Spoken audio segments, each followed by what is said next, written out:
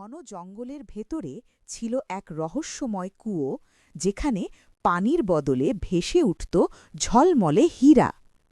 কিন্তু কুয়োটা একটা ভয়ঙ্কর শর্ত দিয়েছিল। ঘন জঙ্গলের ভেতরে এক অদ্ভুত পাথরের কুয়ো ছিল।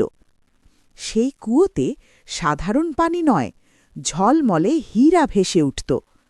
একদিন এক গরিব রাখাল ছেলেটি পথ হারিয়ে সেখানে পৌঁছাল। হঠাৎ কুয়ো ভেতর থেকে একটা গম্ভীর কণ্ঠস্বর ভেসে এলো। একদিনে শুধু একটা হীরা নিতে পারবে, লোভ করলে সব হারাবে। ছেলে কি সাবধানে একটা হীরা নিল। বাজারে বিক্রি করতেই সে অনেক টাকা পেল। ধীরে ধীরে তার জীবন বদলে গেল। কিন্তু কয়েক মাস পরে তার মনে লোভ জাগল। সে ভাবল, একটা করে নিলে কতদিন লাগবে, আজ সব হীরা একসাথে তুলে নেব। সে বড় একটা বালতি নিয়ে কুয়োর কাছে গেল এবং লোভে পড়ে পুরো কুয়ো খালি করতে শুরু করল।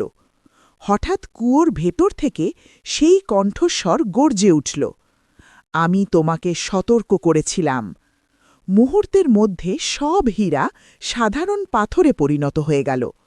ছেলেটি হতভম্ব হয়ে বসে পড়ল, কারণ তার হাতে এখন শুধু নির্মূল পাথর, আর সেই কুয়ো চিরদিনের মতো শুকিয়ে গেল।